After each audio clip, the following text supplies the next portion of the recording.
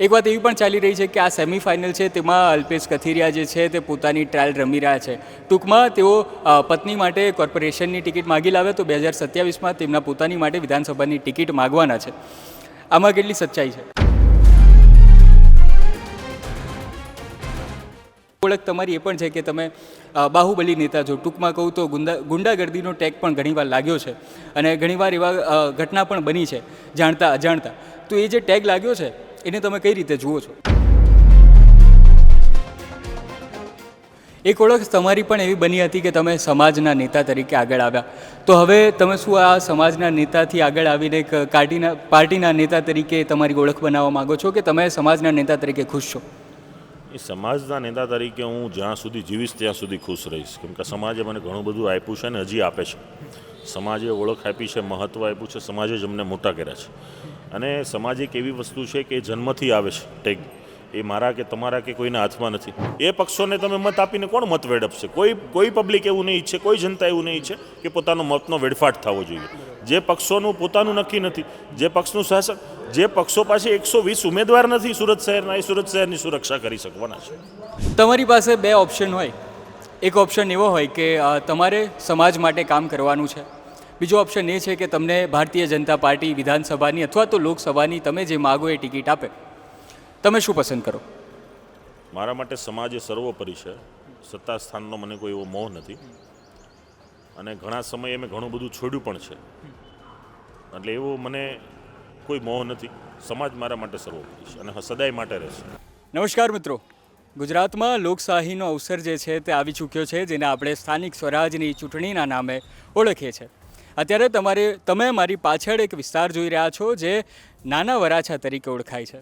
તમને નાના વરાછા જોઈને એવું લાગતું હોય કે ત્યાં મોટી બિલ્ડિંગો હશે, મોટા વિસ્તારો હશે, પણ એવું નથી. આ નાના વરાછા હમણાં નથી બન્યું. આ નાના વરાછા અસલ સુરત જ્યારે બન્યું હતું ત્યારનો આ વિસ્તાર છે. હમણાં જે એક ઉમેદવાર છે કાવ્યા કથિરિયા, તેમના સાથી, તેમણે જણાવ્યું કે આ આખા ગુજરાતમાં બીજા નંબરનું સૌથી મોટું વોર્ડ ધરાવે છે. તો આજે આપણે વાત કરવાના છે અલ્પેશ કથિરિયા સાથે, જો ભાજપના કાર્યકર્તા છે અને સાથે સાથે બીજી એમની ઓળખ આપતા મને એવું થાય છે પંચાયતના પ્રધાનજી યાદ આવે છે, મને લાલુ યાદવ યાદ આવે છે. એટલે કે ટૂંકમાં કહું તો અત્યારે ઉમેદવાર કાવ્યા કથિરિયા છે પણ ચર્ચાનું કેન્દ્ર અલ્પેશ કથિરિયા બન્યા છે. તો આજે આપણે એમની સાથે ભાજપના કાર્યકર્તા તરીકે વાત કરીશું કાવ્યા કથિરિયા, જે તેમના પત્ની છે, તેમના સાથી તરીકે તેઓ તેમને જે રીતે સપોર્ટ આપી રહ્યા છે અને સાથે સાથે રાજનીતિની પણ ચર્ચા કરીશું. સ્વાગત છે ગુજરાત તકમાં તમારું. હાલ આ માહોલ ચાલી રહ્યો છે, કેટલા કલાક તમે આ કામ કરી રહ્યા છો અત્યારે પ્રચાર માટે? પ્રચારમાં સવારે 9 થી 12, 3.5 કલાક અને બપોર પછી 4 થી 7.5, એટલે 6 થી 7 કલાક ડોર ટુ ડોર પગપાળા ચાલી અને સમગ્ર જે વિસ્તાર છે વોર્ડ નંબર 3નો તેના મતદાતાઓને, સોસાયટીના આગેવાનોને, પ્રતિષ્ઠિત માણસોને, મતલબ તમામ ભાઈઓ બહેનોને, જનતાને અમે મળી રહ્યા છીએ. અને 30 વર્ષના સુશાસનમાં ભારતીય જનતા પાર્ટીએ સુરત શહેરને આપેલા કાર્યો, સુરત શહેરને જે ઊભું કર્યું છે, સુરતની જે ઓળખ પ્રસ્થાપિત થઈ છે એ ઓળખ સમયે પેમ્પલેટ મારફતે બતાવી રહ્યા છે. જે કામગીરી થઈ છે એની પણ માહિતી આપી રહ્યા છે. વોર્ડ નંબર 3માં કે જ્યાં આપણે બેઠા છીએ એ વિસ્તારમાં શું કામો થયા છે અને હજી શું કામો પેન્ડિંગ છે એ તમામ લિસ્ટ સાથે, માહિતી સાથે, ઉમેદવારની પરિચય પત્રિકા સાથે આ લોકોને મળી રહ્યા છે કે ભારતીય જનતા પાર્ટીને 26 તારીખે ખૂબ મજબૂતાઈથી મતદાન થાય અને સુરત શહેરની અંદર 120 સીટ ભારતીય જનતા પાર્ટીનો ભગવો લે થાય. અમે હમણાં આવ્યા ત્યારે જનતા સાથે વાત કરી રહ્યા હતા તો એક વ્યક્તિ એવું કહ્યું કે તમે ઇન્ટરવ્યૂ ન કરો. અમે પૂછ્યું કેમ? તો એમણે કહ્યું કે તમે જો ઇન્ટરવ્યૂ ન કરશો, ઘરે સૂતા રહેશો તો પણ ભાજપ જીતશે. તો આ વિષય પર તમારું શું માનવું છે? જો તમે ઘરેથી ન નીકળો તો પણ પબ્લિક ભાજપને વોટ આપશે? લોકશાહીનું પર્વ છે અને લોકશાહીના પર્વની અંદર કોઈ પણ ઉમેદવારો જે તે પાર્ટી ઘોષિત કરતી હોય છે અને ઘણા અપક્ષો પણ લડતા હોય છે, પણ બધાની એક જવાબદારી બને છે કે આપણે મતદાતાને મળવું, મતદાતાને વિનંતી કરવી, મતદાતા સાથે વાતો કરવી, જે તે પાર્ટીની વિચારધારા રજૂ કરવી અને મતદાતાને કન્વિન્સ કરવા કે પોતાના ફેવરમાં, ઉમેદવારોના ફેવરમાં મતદાન થાય. તો એ માટેનો એક પ્રયાસ છે. આવતી 24 તારીખે 5 વાગ્યા સુધી આ ચૂંટણીનો પ્રચાર ચાલવાનો છે અને પ્રચારનો એક ભાગ છે કે ડોર ટુ ડોરના માધ્યમથી જનસંપર્ક સાધવો, વ્યક્તિને મળવું, પરિવારને મળવું, એના પ્રશ્ન સાંભળવા. એને એવું નથી હોતું કે આપણે ડોર ટુ ડોરમાં જઈએ તો બધા જ લોકો સન્માને છે, ઘણાને પ્રશ્નો પણ હોય છે તો એ પ્રશ્નોને પણ સાંભળવા પડે છે. તો એ બધી જ પ્રકારનો ભાગ છે ને એ નિભાવવો પડે છે. ને ઉમેદવારોની સાથે સંપૂર્ણ ભારતીય જનતા પાર્ટીની કાર્યકર્તાઓની ફૌજ ઓછામાં ઓછું 6 થી 7 કલાક પગપાળા ચાલી અને લોકોને મળે છે. સાંજે જનસભાઓ કરે છે, ગ્રુપ મિટિંગો કરે છે, જાહેર સભાઓ કરે છે. આવી રીતનું આખા દિવસનું પ્રચાર શેડ્યુલ ચાલે છે. પ્રચારથી યાદ આવ્યું, 2021માં તમે પ્રચાર આમ આદમી પાર્ટી માટે કરી રહ્યા હતા. અત્યારે 2026 છે, તમે ભાજપ માટે પ્રચાર કરી રહ્યા છો. આ પ્રચારમાં રીતમાં શું બદલાવ આવ્યો, તમારામાં શું બદલાવ આવ્યો તે જણાવો. જો 2021ના જે પણ ચૂંટણી હતી એસએમસીની, એ પ્રચારની અંદર અમે પ્રત્યક્ષ ઇન્વોલ્વ નહોતા, પક્ષ સાથે જોડાયા નહોતા અને કોઈ અમે સભા, સરઘસ, rally, booth, door to door કોઈ પણ કાર્યક્રમ નહોતો. અમે ત્યારે સામાજિક ફરજો નિભાવતા હતા અને સામાજિક રીતે અમે જંગે એલાન કરેલું કે જે તે સમયે એમને સાથ સહકાર આપવો. પરંતુ એ સાથ સહકાર આપ્યા પછીના વર્ષોની અંદર છેલ્લા 5 વર્ષમાં 27 કોર્પોરેટરો જનતાએ ચૂંટીને આપ્યા. એ માત્ર ને માત્ર સૌરાષ્ટ્રને પાટીદાર સમાજના બેલ્ટે ચૂંટીને આપ્યા છે. તો આ માત્ર ને માત્ર કોઈ એરિયા પૂરતું સીમિત રાજકારણ સીમિત થઈ જાય છે અને પછી ત્યાંનું ડેવલપિંગ નથી થતું. જ્યારે સુરત શહેર આજે ખૂબ આગળ વધી ગયું છે. છેલ્લા 10 વર્ષની અંદર અહીંયા વિપક્ષો આવ્યા છે, પણ એ વિપક્ષોએ જે રીતે વિસ્તારને મહત્ત્વ આપવું જેવું મહત્ત્વ નથી પ્રાપ્ત થયું. સત્તાધીશો કંઈક ને કંઈક કાર્ય લાવે તો વિપક્ષનું કામ હંમેશા રોડા નાખવાનું, તુકારા કરવાનું, એકબીજા ઉપર કીચડો ઉછાળવાનું. આ રાજનીતિનું મંચ નથી. તો એના કારણે અહીંની જનતા પીસાઈ રહી છે. એટલે હવે જનતા કહી રહી છે કે આપવાળાથી થાયકા છીએ, કોંગ્રેસવાળાથી થાયકા છે, કાંડવાળાથી થાયકા છીએ. એટલે હવે આ વિસ્તારમાં ફરીથી જેમ 20 વર્ષ આ વિસ્તારે ભારતીય જનતા પાર્ટીને શાસન આપ્યું, છેલ્લા 10 વર્ષથી અલગ હતું, એ ફરીથી વિસ્તાર ઈચ્છી રહ્યો છે કે ભારતીય જનતા પાર્ટીનું સુશાસન આવે અને વિકાસની રફતારમાં સૌ લોકો જોડાય. એક ઓળખ તમારી પણ એવી બની હતી કે તમે સમાજના નેતા તરીકે આગળ આવ્યા. તો હવે તમે શું આ સમાજના નેતાથી આગળ આવીને એક પાર્ટીના નેતા તરીકે તમારી ઓળખ બનાવવા માંગો છો કે તમે સમાજના નેતા તરીકે ખુશ છો? એ સમાજના નેતા તરીકે હું જ્યાં સુધી જીવીશ ત્યાં સુધી ખુશ રહીશ, કેમ કે સમાજે મને ઘણું બધું આપ્યું છે અને હજી આપે છે. સમાજે ઓળખ આપી છે, મહત્ત્વ આપ્યું છે, સમાજે જ અમને મોટા કર્યા છે. અને સમાજ એક એવી વસ્તુ છે કે જન્મથી આવે છે ટેગ. એ મારા કે તમારા કે કોઈના હાથમાં નથી. જે સમાજમાં તમારો જન્મ થાય છે, સમાજનું ટેગમાર્ક લાગી જાય છે. તો એને તો અમે લાઈફ ટાઈમ એનો જેટલો આભાર માનીએ એટલો ઓછો છે. એ સમાજને ભૂલી પણ ના શકાય, એને હંમેશા મહત્ત્વ આપવું જ પડે. અને આજ સમાજથી જ અમારી ઓળખ છે અને સમાજથી જ અમે મોટા થયા છીએ અને હજુ આશા રાખીએ છીએ કે સમાજથી જ અમે મોટા થઈએ. તમારી પાસે 2 ઓપ્શન હોય. એક ઓપ્શન એવો હોય કે તમારે સમાજ માટે કામ કરવાનું છે. બીજો ઓપ્શન એ છે કે તમને ભારતીય જનતા પાર્ટી વિધાનસભાની અથવા તો લોકસભાની તમે જે માગો એ ટિકિટ આપે. તમે શું પસંદ કરો? મારા માટે સમાજ એ સર્વોપરી છે. સત્તા સ્થાનનો મને કોઈ એવો મોહ નથી અને ઘણા સમયે મેં ઘણું બધું છોડ્યું પણ છે. એટલે એવો મને કોઈ મોહ નથી. સમાજ મારા માટે સર્વોપરી છે અને સદાય માટે રહેશે. ઘણી બધી વાતો ચાલતી હોય છે ને મીડિયાકર્મી તરીકે મારું કામ છે કે એ બધી વાતોને જે ઓથેન્ટિક વ્યક્તિ છે, જે પ્રમાણભૂત સૂત્ર છે, એની પાસેથી જે સવાલના જવાબ પૂછવા જોઈએ. એક વાત એવી પણ ચાલી રહી છે કે આ સેમિફાઇનલ છે તેમાં અલ્પેશ કથિરિયા જે છે તે પોતાની ટ્રાયલ રમી રહ્યા છે. ટૂંકમાં તેઓ પત્ની માટે કોર્પોરેશનની ટિકિટ માગી લાવે તો 2027માં તેમના પોતાની માટે વિધાનસભાની ટિકિટ માગવાના છે. આમાં કેટલી સચ્ચાઈ છે? જો સચ્ચાઈમાં એવી વસ્તુ છે, રાજકીય મંચમાં રાતને દિવસમાં ઘણું બધું ફલટતું હોય છે. સ્વાભાવિક છે કે લોકોના સપના હોતા હોય છે. મારા પણ સપનાઓ છે કે હું એ મંચ પર પણ આગળ વધું, પણ એનો મતલબ એવો નથી કે આ એની ટ્રાયલ બેઝો છે. કેમ કે જે તે સમયે અમે આમ આદમી પાર્ટી સાથે પણ જોડાયા, ત્યાં પણ વિધાનસભા લડી, આ જ વિસ્તારમાં હતા. અત્યારે ભારતીય જનતા પાર્ટી સાથે જોડાઈને કાર્ય કરી રહ્યા છે. તો અત્યારેનો જે વિષય છે એ કઈ રીતે સમગ્ર સુરત શહેરમાં ભગવો લહેરાય એ માટેનો છે. અને જ્યારે જોડાયા ત્યારે કોર્પોરેશન લડવું નહીં લડવું એવું કોઈ પણ પ્લાનિંગ નહોતું.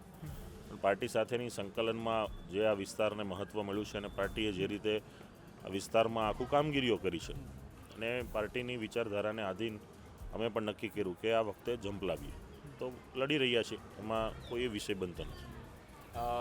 હજી બીજા ઘણા બધા સવાલ પૂછવા છે, પણ અત્યારે જે આપણે વાત કરી કે અલ્પેશ કથિરિયાની એક ઓળખ સમાજના નેતા તરીકેની છે, તો બીજી ઓળખ તેમની બાહુબલી નેતા તરીકેની પણ છે. તો એની પર પણ પહેલાં સવાલ પૂછી લેવો ને ત્યારબાદ ચૂંટણીમાં અને સંગઠનના કામો પર વિશેષ સવાલ પૂછવા જ છે. પણ અત્યારે એ ઓળખ તમારી એ પણ છે કે તમે બાહુબલી નેતા છો. ટૂંકમાં કહું તો ગુંડાગર્દીનો ટેગ પણ ઘણીવાર લાગ્યો છે અને ઘણીવાર એવા ઘટના પણ બની છે જાણતા અજાણતા. તો એ જે ટેગ લાગ્યો છે એને તમે કઈ રીતે જુઓ છો? જો કોઈ એવા અસામાજિક તત્વો હોય કે જે તમારા ધંધા રોજગારને અસર કરે કોઈ ન્યુસન્સ ફેલાવે છે તો એની સામે કડકાઈથી હાથ લેવું એ દરેક નેતાની ફરજ છે. ઘણી વખત એવું થતું હોય છે કે જ્યારે કોઈ ટાર્ગેટેડ પર્સન હોય અને સામે કોઈ સામાન્ય વ્યક્તિ છે, તો જ્યારે સામાન્ય વ્યક્તિ મીડિયા સમક્ષ આવે છે ત્યારે એની વાતને લોકો સાંભળતા હોય છે. ટાર્ગેટેડ પર્સનની વાતને પહેલાં મહત્ત્વ એટલે નથી મળતું કે એની વાતને કોઈ પૂછતું જ નથી. એટલે આવો કોઈ બનાવો બન્યા હોય છે તો એ જાહેર હિતના બનાવો છે. વ્યક્તિગત રીતે મેં મારા લીધે કોઈ સાથે કોઈ ક્યારે બન્યું હોય કે ઘર્ષણ કર્યું હોય કે કોઈ એવા કામ કર્યું એવું નથી. આજ દિન સુધીમાં જે પણ બની હોય ઘટનાઓ તો હજી પણ બનતી રહી ને બનતી જ હોય છે જાહેર જીવનની અંદર. પણ મેં કોઈ મારા વ્યક્તિગત ક્યારે હિત માટેના કામો નથી. બધા જાહેર કામો હોય છે ને એ કામોમાં કોઈ પણ આવા અસામાજિક તત્વ લુખા ટપોરી હોય છે તો એનો નાશ કરવો એ કાયદો વ્યવસ્થાનો પણ ભાગ છે. એને આપણે હાથમાં લઈએ. જો આમાં હાથમાં લેવાનું ન હોય પણ એ હવે આપણે અહીંયા તમે બેઠા છો ને કોઈ તમારી સાથે કંઈ ઘર્ષણ કરે તો બનાવ બનતો હોય છે. હવે આપણે વાત કરીએ સંગઠનમાં જે રીતે મજબૂતીથી વાત કરે છે, તો આ અમે જે જગ્યાએ બેઠા છે વોર્ડ નંબર 3, ત્યાં 2021માં આમ આદમી પાર્ટીની સરકાર હતી, જ્યારે વ્યક્તિઓ જે હતા તે આમ આદમી પાર્ટીના ચૂંટાયા હતા. હવે આ વખતે જે પાટીદાર સમાજના બે ધરખમ નેતાઓ છે તેવા ધાર્મિક માલવ્યા અને અલ્પેશ કથિરિયાને આ વખતે ભાજપ લઈ આવ્યું છે, તેમને ઉતાર્યા છે અને બંને પોતાની જવાબદારી સુપેરે પાર પાડવાની પૂરેપૂરી તૈયારી કરી રહી છે. તો ત્યારે એ જાણવું છે કે આજે સૌરાષ્ટ્રવાસીઓ વિસ્તાર છે વરાછા અને કતારગામ, ત્યાં ખૂબ દબદબો છે, ત્યાં અલ્પેશ કથિરિયા કઈ રીતે ઓપરેશન પાર પાડવાના છે, શું લાગે છે આ વખતે ભગવો જે છે 120 સીટ જેમ તેમનું મિશન છે તે પાર કરશે કે કેમ? છેલ્લા 10 વર્ષના ઇતિહાસ પર સુરત શહેરની નજર નાખીએ તો માત્ર સૌરાષ્ટ્ર બેલ્ટની અંદર આ સૌરાષ્ટ્ર એટલે 400થી 600 કિલોમીટર કાપીને અહીંયા શહેર વસ્યું છે, જનતા આવી છે. તો આ જ લોકોને માત્ર ગુમરાહ કરે છે, એ લોકોના મતને ડાયવર્ઝન કરે છે અને સત્તાથી દૂર રાખે છે. જ્યારે 70થી 80% સુરતની અંદર ભગવો લહેરાય છે છેલ્લા 30 વર્ષોથી. તો હવે જનતા પણ ઓળખી ગઈ છે કે માત્ર ને માત્ર વિપક્ષ કે માત્ર ને માત્ર કોઈ પક્ષને વિપક્ષના ટેગ આપવું એ માત્ર આ વિસ્તારની ફરજ નથી. આ વિસ્તારની ઘણી બધી ફરજો છે અને આ વિસ્તારને હજી ઘણા બધા વિકાસની પણ જરૂર છે. અને આ વિકાસની ગાથા એ ભારતીય જનતા પાર્ટી જ પૂર્ણ કરી શકે, કેમ કે ભારતીય જનતા પાર્ટીનું શાસન આ શહેરે જોયું છે, આ શહેરે માણ્યું છે. સુરત ખૂબસૂરત બન્યું છે તો એ ભારતીય જનતા પાર્ટીના શાસનની દેન છે. અને આ દેનના કારણે આજે પણ લોકો ઈચ્છી રહ્યા છે કે આ વિસ્તારની અંદર ફરીથી ભારતીય જનતા પાર્ટીનો ભગવો લહેરાય અને મિશન 120 જે ભારતીય જનતા પાર્ટીનું મંત્ર છે એ સફળ સાથે શક્યતાથી આગળ વધે અને આ મિશન સક્સેસ જાય એ માટે અમે મહેનત કરી રહ્યા છીએ.